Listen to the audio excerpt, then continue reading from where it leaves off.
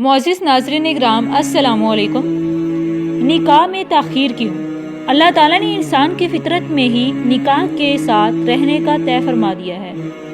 اسی لیے اللہ رب العزت نے ہر بے نکاح مرد و عورت کو نکاح کے حسین بندھن میں مربوط رہنے کا حکم صادر فرمایا ہے۔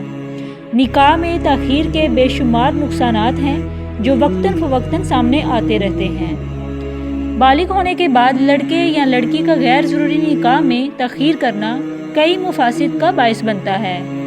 قرآن پاک کی سورہ النور کی آیت نمبر 32 میں ہے، اور دیکھو تم میں سے جو بے نکاح ہو ان کا نکاح کر دیا کرو، اور اسی طرح تمہارے لونڈی غلاموں میں سے جو نیک بخت ہوں ان کا بھی، اگر وہ لوگ مفلس ہوں گے یا غریب ہوں گے تو اللہ اپنے فضل سے ان کو غنی کر دے گا۔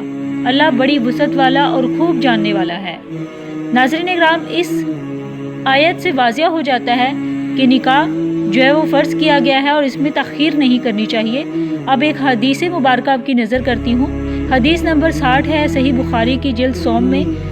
عبد الرحمن روایت کرتے ہیں کہ میں علقمہ اور اسود کے ساتھ عبداللہ بن مسعود رضی اللہ عنہ کے پاس گیا تو انہوں نے فرمایا کہ ہم جس زمانہ میں جوان تھے اور ہم کو کچھ میسر نہ تھا تو ہم میں سے ایک دن حضور پاک صلی اللہ علیہ وآلہ وسلم نے فرمایا کہ اے نوجوانوں کے گروہ، جو کوئی نکاح کی طاقت رکھتا ہو وہ نکاح کر لے، کیونکہ نکاح پرائی عورت کو دیکھنے سے نکاح کو نیچا کر دیتا ہے اور حرام کاری سے بچاتا ہے۔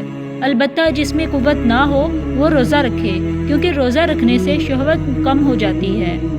بہرحال ہمیں چاہیے کہ ہم اپنی زندگی کو دین کے سانچے میں ڈالنے کی کوشش کریں اور اپنے گھر والوں کی زندگی بھی دین کی طرف لانے کی فکر کریں، اور اس کے علاوہ جو گناہ کی باتیں ہمارے گھروں میں ہو رہی ہوں ان کو دور کرنے کی پوری کوشش کریں، کیونکہ یہ ذمہ داری بھی ہمارے اوپر ہے، لہٰذا ہم اپنی اس ذمہ داری کو ادا کریں۔